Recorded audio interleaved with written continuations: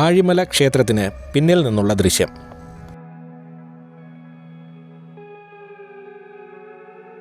കപ്പലിൻ്റെ കൂടുതൽ ദൃശ്യങ്ങളിലേക്ക് പോകുന്നതിന് മുൻപ് എല്ലാ പേരും ചാനൽ ഒന്ന് സബ്സ്ക്രൈബ് ചെയ്തേക്കുക.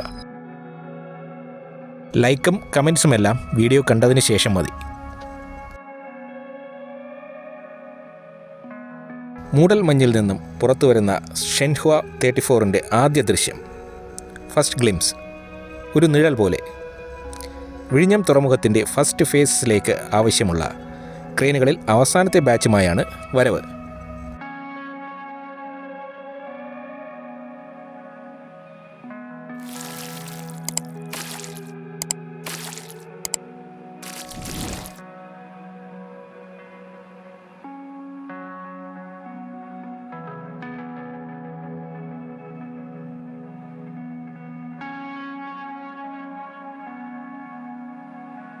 രാവിലെ തന്നെ മീൻ പിടിക്കാൻ വള്ളത്തിൽ പോകുന്ന മത്സ്യത്തൊഴിലാളി. യന്ത്രവൽകൃതമല്ല.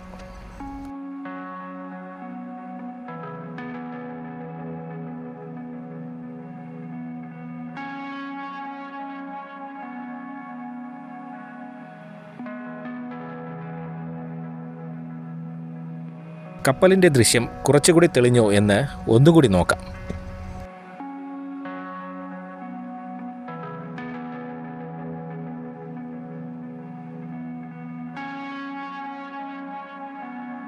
നിഴൽ രൂപം അല്പക്കൂടി തെളിഞ്ഞിട്ടുണ്ട്.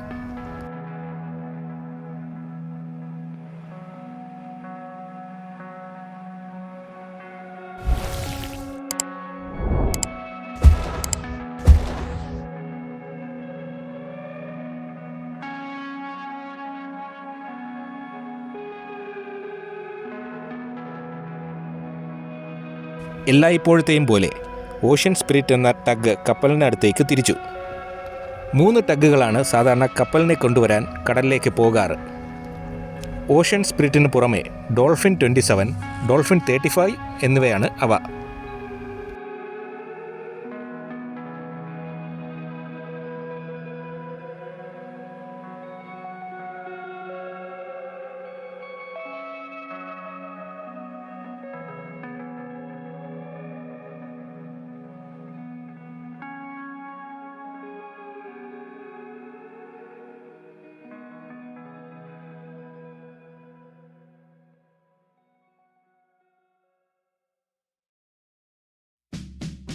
ഒരു ഫിഷിംഗ് ബോട്ട് യു ടേൺ എടുക്കുന്നു.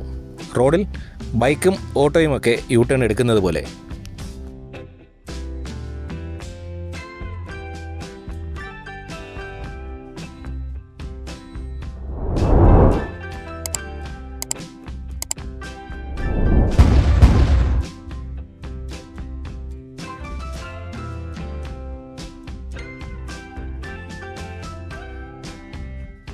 ഓഷ്യൻ സ്പിരിറ്റിന് പുറമെ ചെറിയ ഒരു ടഗ് ബോട്ട്, വളരെ ചെറുതാണ്.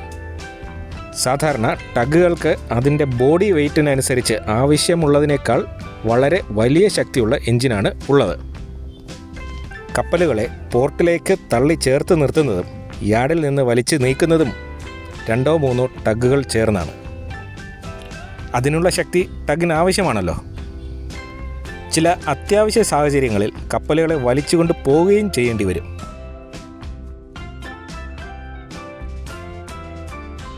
ഓഷ്യൻ സ്പിരിറ്റ് മറ്റു 2 ടഗുകളെക്കാളും താരതമ്യേന ചെറുതാണ്.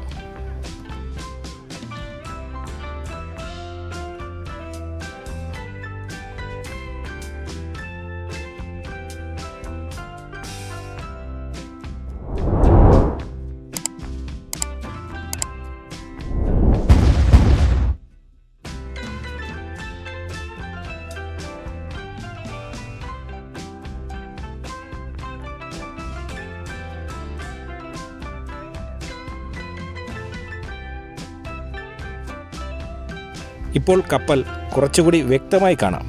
കപ്പലിൻ്റെ നിറവും ക്രെയിനുകളുടെ നിറവും തിരിച്ചറിയാൻ പറ്റും. ഓഷ്യൻ സ്പിരിറ്റ് കപ്പലിനടുത്തേക്ക് പോകുന്നു.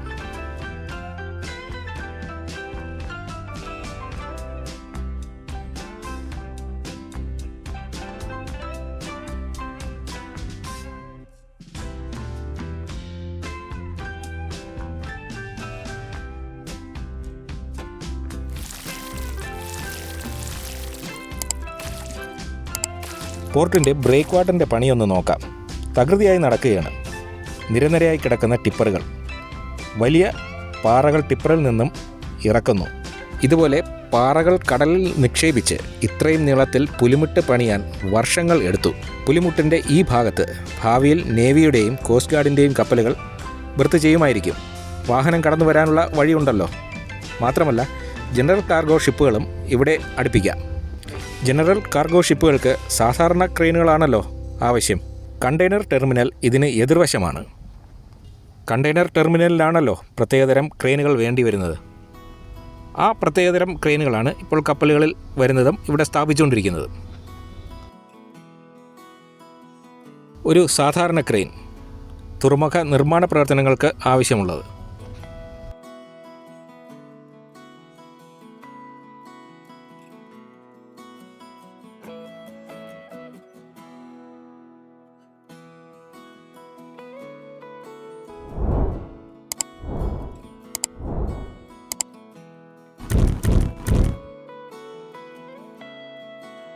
ഷെൻഹുവ 34നെയും ഓഷ്യൻ സ്പിരിറ്റിനെയും ഇപ്പോൾ വ്യക്തമായി കാണാം.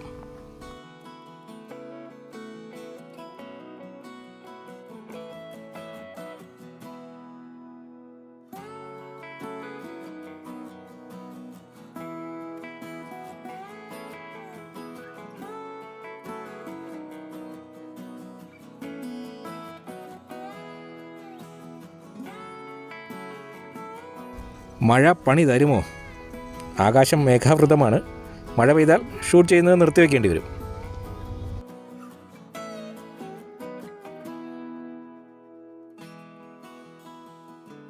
കടലും ആകാശവും തമ്മിൽ ചേരുന്ന ചക്രവാളം വ്യക്തമല്ല.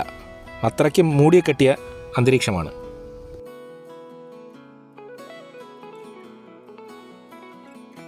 കോസ്റ്റ് ഗാർഡിൻ്റെ ഒരു ബോട്ട് ഷെൻഹുവ 34-നടുത്തേക്ക് പോകുന്നു.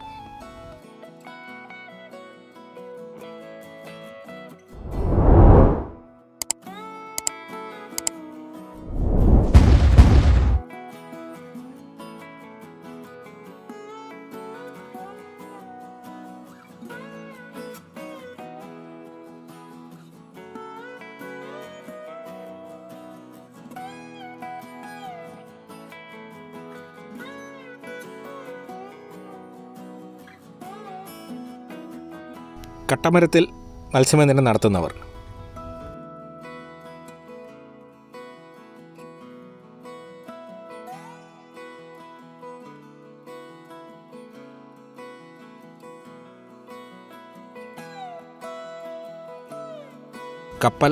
കപ്പൽ ചാൽ ലക്ഷ്യമാക്കി നീങ്ങുന്നു. ഓഷ്യൻ സ്പിരിറ്റ് കപ്പലിന് പിന്നാലെയാണ് സഞ്ചരിക്കുന്നത്.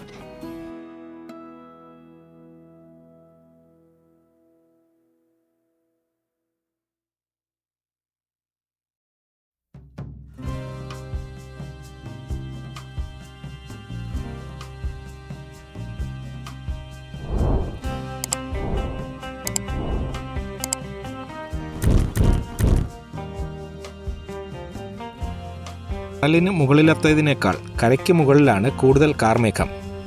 മഴ ഏത് സമയവും പെയ്തു തുടങ്ങാം.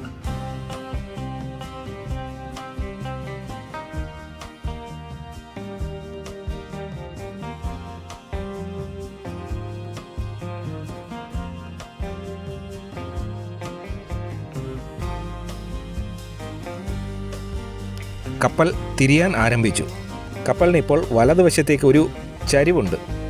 ഇടതുവശത്തേക്ക് തിരിയുന്നത് കൊണ്ടാണത്. ഇതുപോലെ കപ്പലും വിമാനവുമൊക്കെ തിരിയുന്നതിന് മനൂവറിംഗ് എന്നാണ് പറയുന്നത്.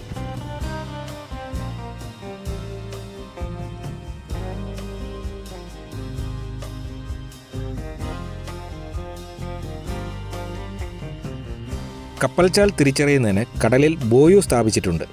കടൽ വെള്ളത്തിൽ ഉയർന്നു നിൽക്കുന്ന രീതിയിലാണ് അവ സ്ഥാപിച്ചിരിക്കുന്നത്. ചുവന്ന ഒരു ബോയു ദൃശ്യത്തിൽ കാണാം.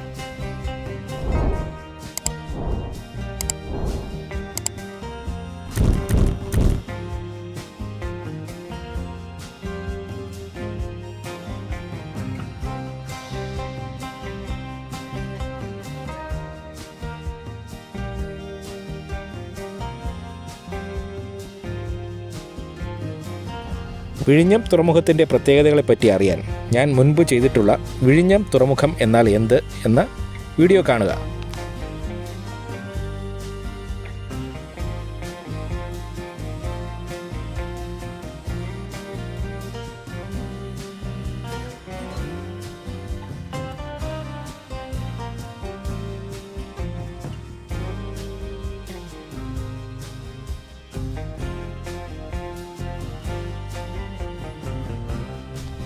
ഷിൻഹുവ 34-നടുത്തേക്ക് ഡോൾഫിൻ 27, ഡോൾഫിൻ 35 എന്നീ ടഗുകൾ പുറപ്പെട്ടു.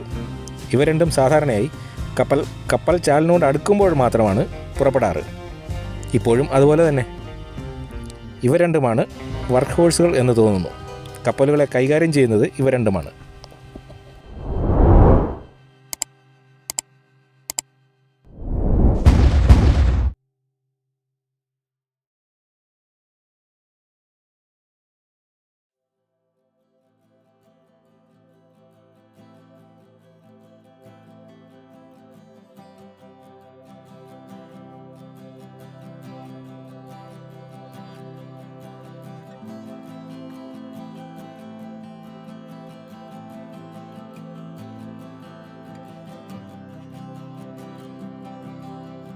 കടൽ തീരത്തിൻ്റെ സൈഡിൽ വരുന്ന ബോയുകൾ പച്ച നിറത്തിലുള്ളതാണ്.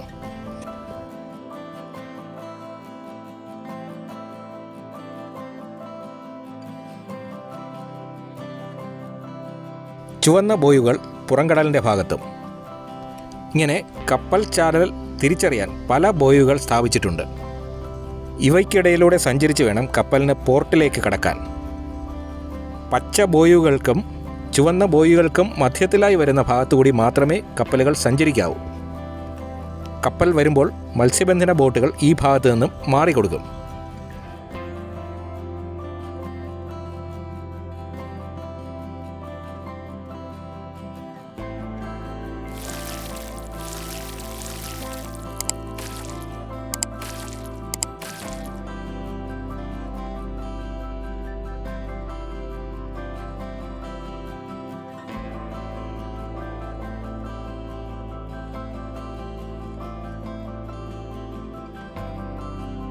ടഗുകൾ കപ്പലിനെ ലക്ഷ്യമാക്കി നീങ്ങുന്നു.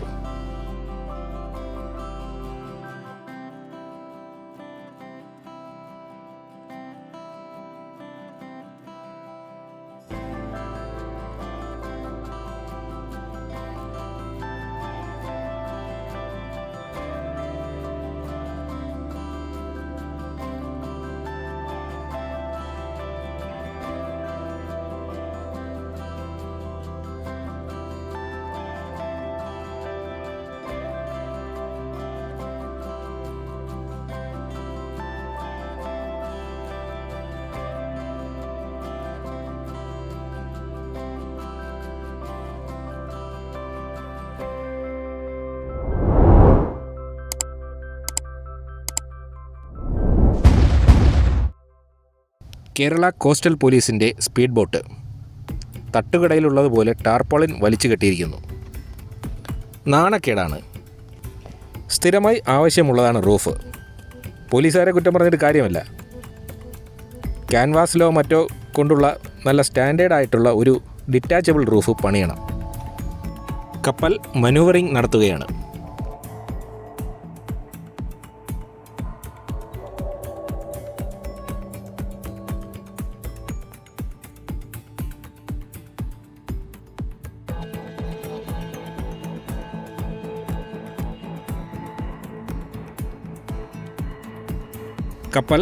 കപ്പൽ ചാലിലേക്ക് പ്രവേശിക്കാൻ തുടങ്ങുകയാണ്.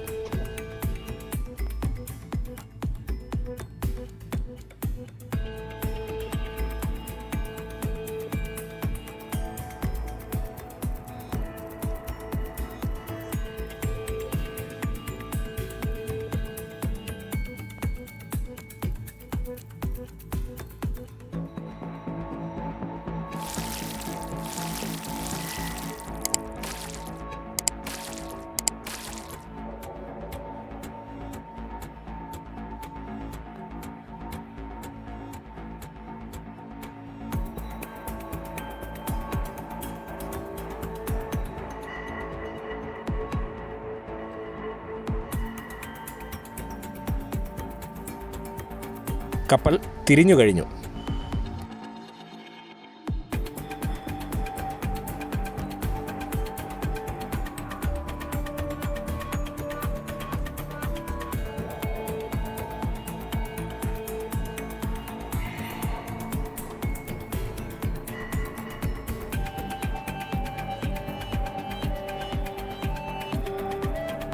ഇപ്പോൾ കപ്പൽ ചാലിലേക്ക് പ്രവേശിച്ചിട്ടുണ്ടാവും.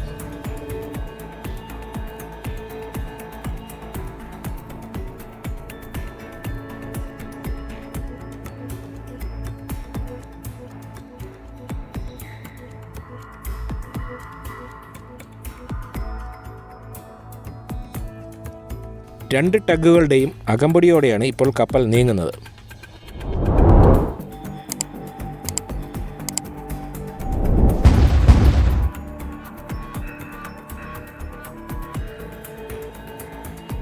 ഇപ്പോൾ കപ്പൽ ചാലിനുള്ളിലാണ്.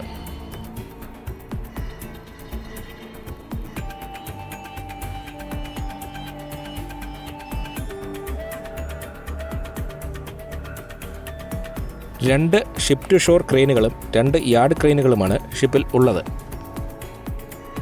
ഷിപ്പ് ടു ഷോർ ക്രെയിനുകൾ ഷിപ്പിൽ നിന്നും പോർട്ടിലേക്കും തിരിച്ച് പോർട്ടിൽ നിന്നും ഷിപ്പിലേക്കുമുള്ള കണ്ടെയ്നർ നീക്കം കൈകാര്യം ചെയ്യുവാനുള്ളവയാണ്.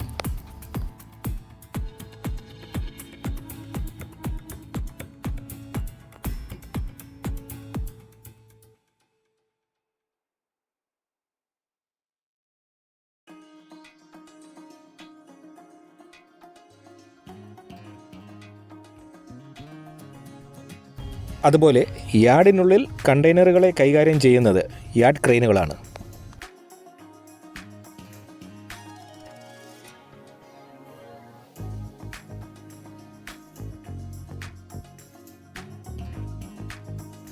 ഓഷ്യൻ സ്പിരിറ്റ് ഇപ്പോഴും പിന്നിലുണ്ട്.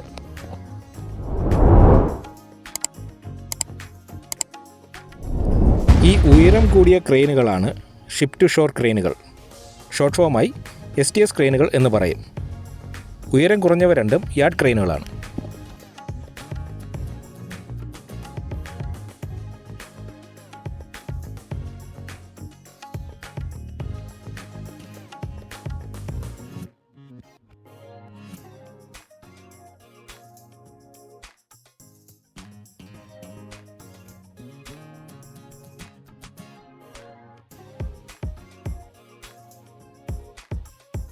കോസ്റ്റൽ പോലീസിൻ്റെ സ്പീഡ് ബോട്ട്.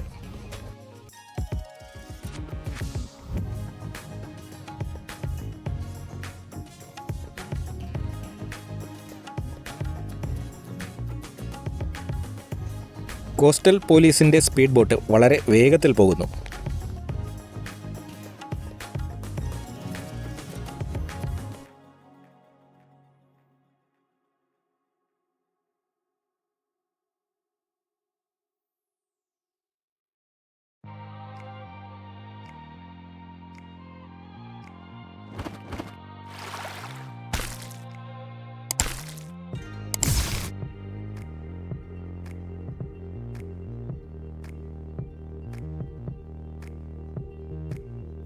രണ്ട് ക്രെയിനുകൾ കൂടി കയറ്റാനുള്ള സ്ഥലം കപ്പലിൽ ഒഴിഞ്ഞു കിടക്കുകയാണ്. സ്പീഡ് ബോട്ട് തീരത്തോട് ചേർന്നാണ് പോകുന്നത്.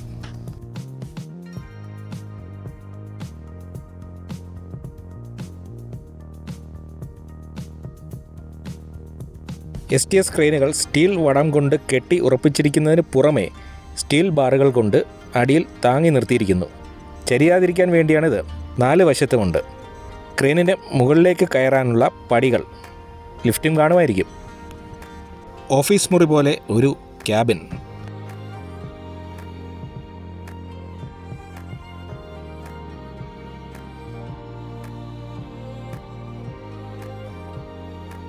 ഇതാണ് യാർഡ് ക്രെയിനുകൾ. താരതമ്യേന ഉയരം കുറവാണ് ഇവയ്ക്ക്.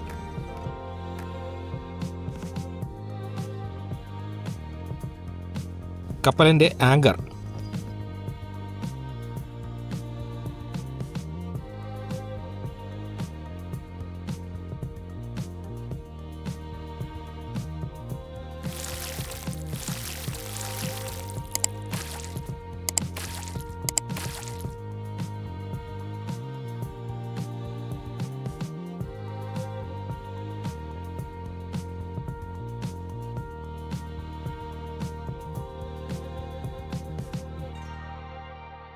കപ്പൽ പുലിമുട്ടിനുള്ളിലേക്ക് പ്രവേശിക്കാൻ തുടങ്ങുകയാണ്, അതായത് പോർട്ടിനുള്ളിലേക്ക്.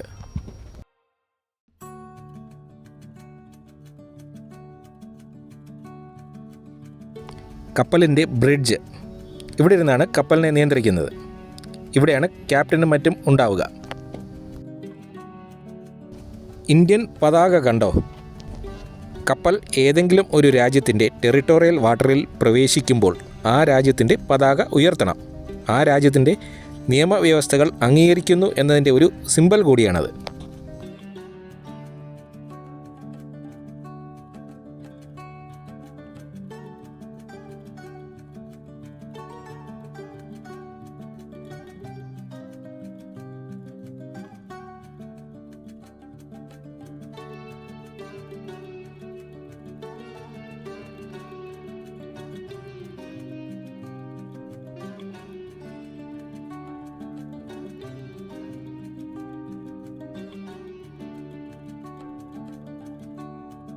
ഷെൻഹുവ 34.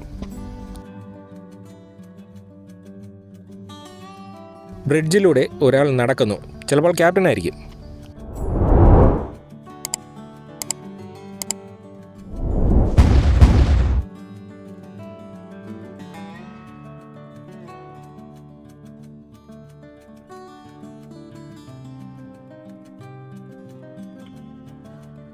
എഞ്ചിൻ്റെ പുകകൊള്ളുകൾ.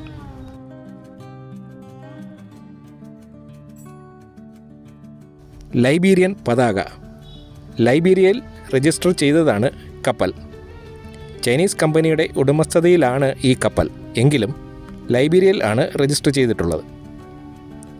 ഈ കാര്യത്തെപ്പറ്റി കൂടുതൽ അറിയാൻ, അതായത് കപ്പലിനെ പറ്റിയുള്ള ഇൻ്റർനാഷണൽ നിയമങ്ങളെപ്പറ്റി അറിയാൻ, ഞാൻ മുൻപ് ചെയ്തിട്ടുള്ള ഷെൻഹുവ 16 എന്ന വീഡിയോ കാണുക.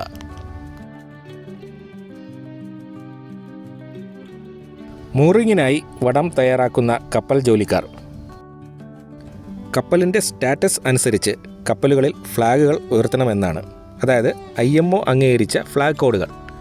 ദൂരെ നിന്നും കപ്പലിൻ്റെ സ്റ്റാറ്റസ് തിരിച്ചറിയാനാണിത്. ലോഡിംഗ് ആണോ, അൺലോഡിംഗ് ആണോ, അതോ ഫ്യൂവലിംഗ് ആണോ, അണ്ടർ മെയിൻ്റനൻസ് ആണോ എന്നിവ തിരിച്ചറിയാൻ ഉള്ള ഒരു പരിപാടിയാണിത്. ഈ കാര്യങ്ങളെപ്പറ്റിയും ഷെൻഹുവ 16 എന്ന എൻ്റെ വീഡിയോയിൽ വിശദീകരിച്ചിട്ടുണ്ട്. വീഡിയോ കാണാൻ സൂം ഡെസ്റ്റിനി ചാനൽ സന്ദർശിക്കുക. കപ്പൽ പോർട്ടിനുള്ളിലേക്ക് പ്രവേശിച്ചു.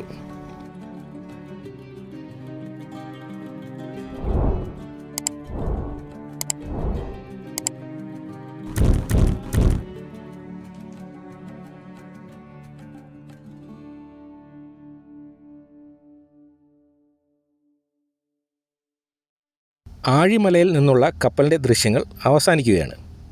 ഇനി വിഴിഞ്ഞം ജുമാ മസ്ജിദിനടുത്ത് നിന്നുള്ള ദൃശ്യങ്ങൾ കാണാം.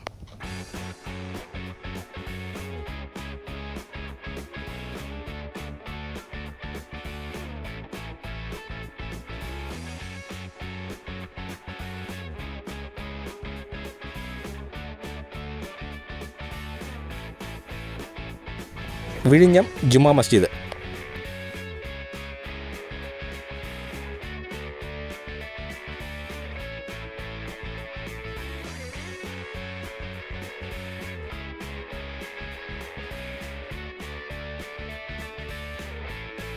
കപ്പൽ പോർട്ടിൽ അടുത്തിട്ടുണ്ട്.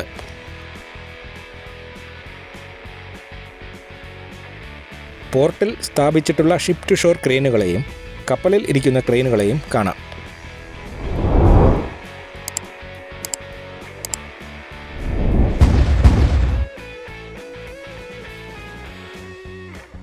മൂറിംഗ് ആരംഭിച്ചു കഴിഞ്ഞു. ഈ തുറമുഖത്തിൻ്റെ പ്രത്യേകതയായി പറയുന്നത് ഏറ്റവും കുറഞ്ഞ സമയം കൊണ്ട് കപ്പൽ യാർഡിൽ അടുപ്പിച്ച് കയറ്റിറക്ക് ജോലികൾ പൂർത്തീകരിച്ച് കപ്പലിന് പോർട്ടിൽ നിന്നും തിരികെ കടലിലേക്ക് യാത്ര തിരിക്കാം എന്നതാണ്. ഓട്ടോമേറ്റഡ് ക്രെയിനുകളാണ് സ്ഥാപിക്കുന്നത്. ഹ്യൂമൻ റിസോഴ്സസും സമയവും കുറച്ച് മതി. ടഗുകൾ കപ്പലിനെ തള്ളി പോർട്ടിലേക്ക് അടുപ്പിച്ച് വെച്ചിരിക്കുന്നു. മൂറിംഗ് നടത്തുന്നതിന് വേണ്ടിയാണിത്. മൂറിംഗ് എന്നാൽ കപ്പലിനെ പോർട്ടിലേക്ക് ചേർത്ത് അനങ്ങാതെ കെട്ടി നിർത്തുക എന്നതാണ്. 3 ടഗുകളും ചേർന്നാണ് കപ്പലിനെ പോർട്ടിലേക്ക് ചേർത്ത് വച്ചിരിക്കുന്നത്.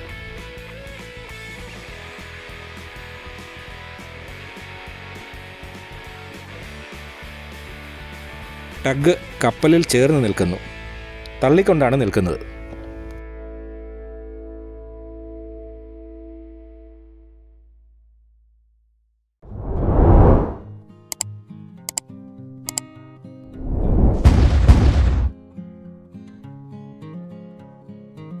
പുറത്തേക്ക് ഒഴുകുന്ന വെള്ളം ബല്ലാസ്റ്റ് വാട്ടറും ബിൽജ് വാട്ടറും, ഇവയെപ്പറ്റി വിശദമായി ഷെൻഹുവ 35 എന്ന വീഡിയോയിൽ പറയുന്നുണ്ട്. സൂം ഡെസ്റ്റിനി ചാനൽ സന്ദർശിക്കുക. നല്ലൊരു കാഴ്ചയാണിത്.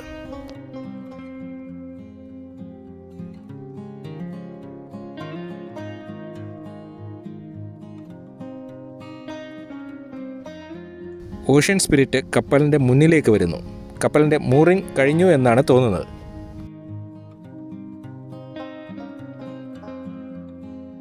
ഓഷ്യൻ സ്പിരിറ്റിനെ ഇവിടെയാണ് മൂറിംഗ് ചെയ്യുന്നത്. ഇനി കപ്പൽ തിരിച്ചു പോകുമ്പോഴോ അല്ലെ ചിലപ്പോൾ പ്രത്യേകതരം ലോഡ്, അതായത് ക്രെയിൻ ആയതുകൊണ്ട് അൺലോഡിംഗ് സമയത്ത് ചിലപ്പോൾ ടഗുകളുടെ ആവശ്യം വരുമായിരിക്കും. കണ്ടെയ്നർ ഷിപ്പ് ആണെങ്കിൽ മൂറിംഗ് കഴിഞ്ഞാൽ പിന്നെ കപ്പൽ തിരികെ പോകുമ്പോൾ മാത്രമേ ടഗിൻ്റെ ആവശ്യം വരുന്നുള്ളൂ. കണ്ടെയ്നറുകളെ ഷിപ്പ് ടു ഷോർ ക്രെയിനുകളാണല്ലോ കൈകാര്യം ചെയ്യുന്നത്. വിഴിഞ്ഞം തുറമുഖത്ത് മൊത്തം 32 ക്രെയിനുകളാണ് സ്ഥാപിക്കുന്നത്. അതിൽ 8 എണ്ണം ഷിപ്പ് ടു ഷോർ ക്രെയിനുകളാണ്. ബാക്കി 24 എണ്ണം യാർഡ് ക്രെയിനുകളാണ്. അതായത് ഒരു ഷിപ്പ് ടു ഷോർ ക്രെയിനിന് 3 യാർഡ് ക്രെയിനുകൾ എന്ന അനുപാതത്തിലാണ് ക്രെയിനുകൾ ഇവിടെ സ്ഥാപിക്കുന്നത്. ഇതിൽ 24 യാർഡ് ക്രെയിനുകളിൽ 23 എണ്ണേ എത്തിയിട്ടുള്ളൂ. ഇനി ഒരെണ്ണം കൂടി കൊളംബോ തുറമുഖത്ത് നിന്നും ഈ മാസം തന്നെ എത്തുമെന്ന് പറയപ്പെടുന്നു. ചൈനയിൽ നിന്നല്ല, കൊളംബോയിൽ നിന്നാണ് വരുന്നത്.